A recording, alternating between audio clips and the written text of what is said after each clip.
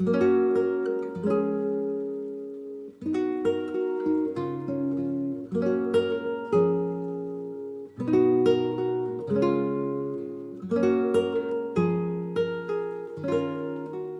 is Glaiza for Classical Adventures for One, where I read classical work dramatically and discuss things about that work that I find interesting and want to share with my listeners. If that's something that you're into, stick around and let's talk about fictional books of the past.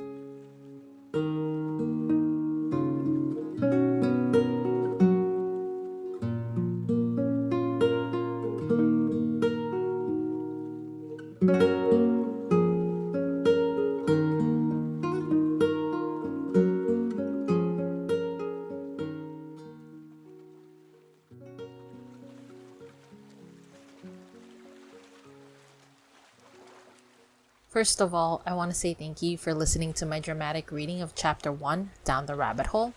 If you haven't, well, that's okay too. Thank you still for joining the discussion portion of this episode. If you're interested in hearing it though, the link for it is in the description below and you can just click on it to go there. Today's art pieces from the dramatic reading and the one for the discussion here were created by Ame. She is my number one artist, the one I always go to when I need any artwork done. She specializes in really surreal sort of creepy stuff, but also soft. She's the one that created my logo, and it only made sense that she would be the first artist that I would be showcasing here. So if you love the art that you see as much as I did, you can find more of her pieces at her Instagram, which is also linked at the description below. I also linked her Patreon, so show her some love. Seriously, go check her work out. They're totally amazing. Everything needs an origin story nowadays, so why not start with that? Marvel did that with Iron Man, Thor, Captain America, Guardians of the Galaxy, and many, many more. DC did that too, but maybe not as successfully. They are trying. I mean, even Sony tried it 3 different times with Spider-Man. And yes, I am counting the excellent Miles Morales one with Spider-Man Into the Spider-Verse as well. Because whether you agree with me or not, in my opinion, it is one of the best Spider-Man movies all time. And what I'm saying is there's a reason it works. And if it ain't broke, why mess with a great formula? So let's talk a little bit about the origin story of Alice's Adventures in Wonderland by Lewis Carroll, better known to the world today as Alice in Wonderland. Alice's story was first published in November 26, 1865. And even though it's been a century and several decades more since then, to this very day, it still captures the imagination of millions of readers across the globe. It only makes sense to me that this is where I start my journey of discovering the classical books that I've never read before. The first thing I realized in my research was that Lewis Carroll is a nom de plume, chosen by Charles Ludwig Dodgson. Charles adopted his pen name in 1856 because according to the Lewis Carroll Society of North America, he was a very private person and would even refuse letters sent to Lewis Carroll at his address, claiming that no such person lived there. According to them, and I'm quoting here, he took the first 2 parts of his name, Charles Ludwig, and translated them into Latin, Carolus Ludovicus. He then reversed the order, Ludovicus Carolus, and then loosely translated them back into English. Lewis Carroll. He actually supplied his first publisher with a short list of possible pen names, and it was the publisher who selected Lewis Carroll from the list. Anyway, back to Charles, who may I say has one of the richest imagination I have ever encountered. One of the reasons I shied away from reading classical books was because I worried that it would be dry and the words wouldn't capture me. Reading Alice's Adventures in Wonderland quickly proved me wrong, and I'm so very impressed with the man's ability to tell stories. And did you know he pretty much created this adventure on the spot? I mean, for sure, he had to go through a lot of work before it was ready for print. He for sure had his own personal manuscript that he kept and edited around, but the bulk of the story started on that day, all in the golden afternoon. I want you guys to listen to this poem that was the preface for this book, where Charles recalls how it first started, how it all started. All in the golden afternoon, full leisurely we glide, for both our oars with little skill, by little arms are piled, while little hands make vain pretense our wanderings to guide. Ah, cruel three, in such an hour, beneath such dreamy weather, to beg a tale of breath too weak to steer the tiniest feather. Yet what can one poor voice avail against 3 tongues together? Imperious Prima flashes forth her edict to begin it. In gentler tones Secunda hopes there'll be nonsense in it, while Tertia interrupts the tale not more than once a minute. Anon to sudden silence one, in fancy they pursue the dream child moving through a land of wonders wild and new. In friendly chat with bird or beast, and half believe it true.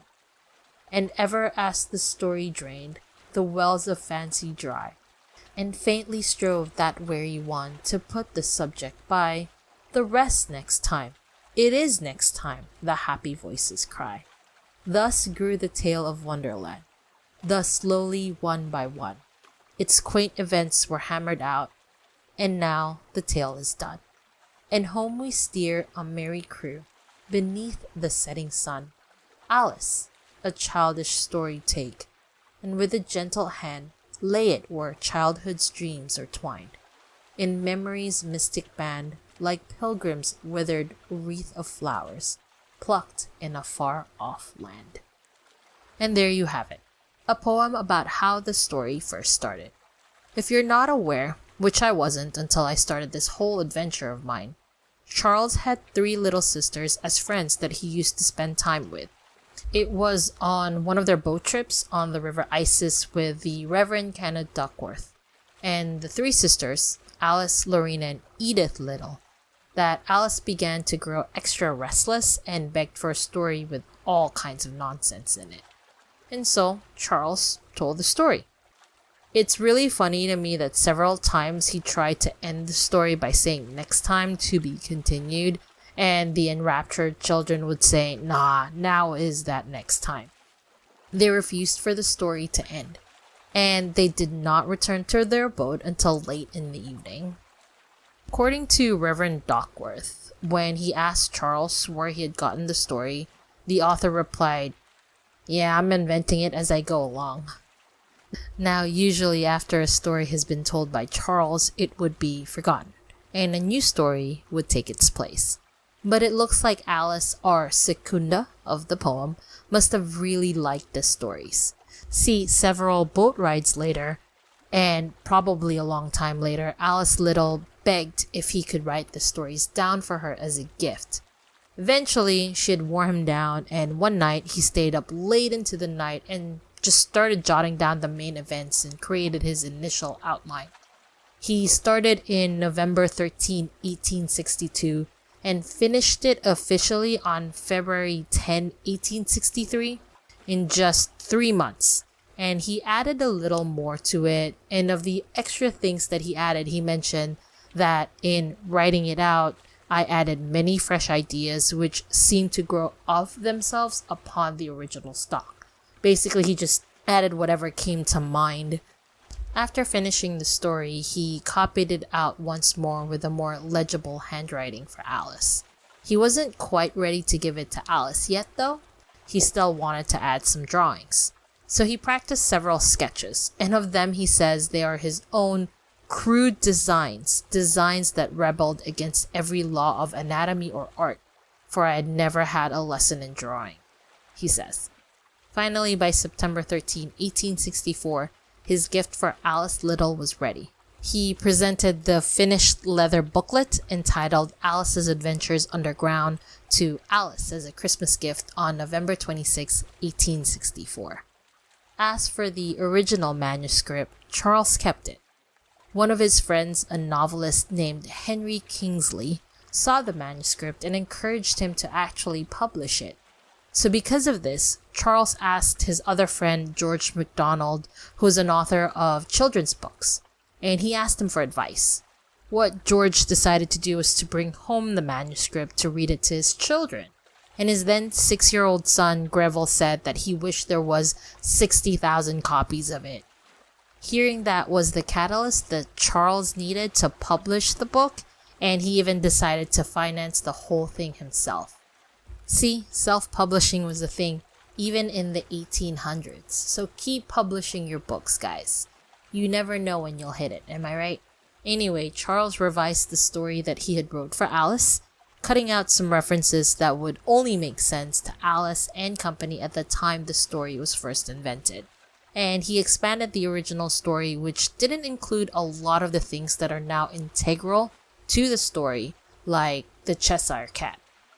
As for the title, a friend of his actually suggested a couple of different titles, as said friend mentioned that Alice's Adventures Underground might be misconstrued as a book about mining. And so he gave him a couple of suggestions, like Alice Among the Elves, Alice Among the Goblins, Alice's Hour or Doings or Adventures in Elfland or Wonderland, with Charles really liking the sound of Alice's Adventures in Wonderland. What about the drawings then? Well, Charles originally wanted to use his own drawings for the book, but eventually admitted that he wasn't really as talented as he wanted to be, and he approached Sir John Tenniel, who was a cartoonist for a magazine called Punch, for the illustrations that appeared in the first publication. In regards to their relationship, well, there's a bit of drama there, and maybe I'll talk more about that at a later time in a later episode. I'm sure I'll have plenty of time to visit that little tidbit.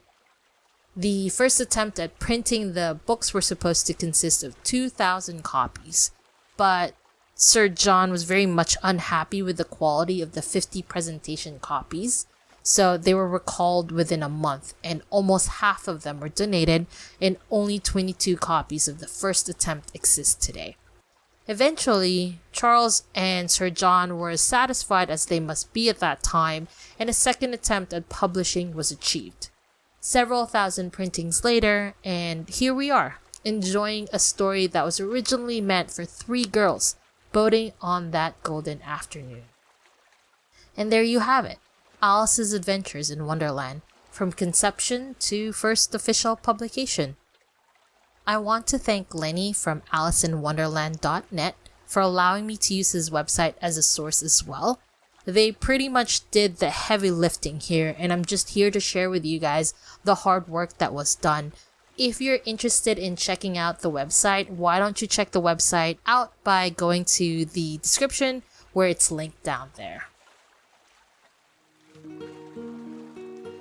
Definitely thank you guys for joining me on this adventure, and if you're listening to this on YouTube, please remember to subscribe, like, and share if you found this episode interesting. I would love to hear from you, so please leave a comment below if you have anything that you want me to know or tips to improve on.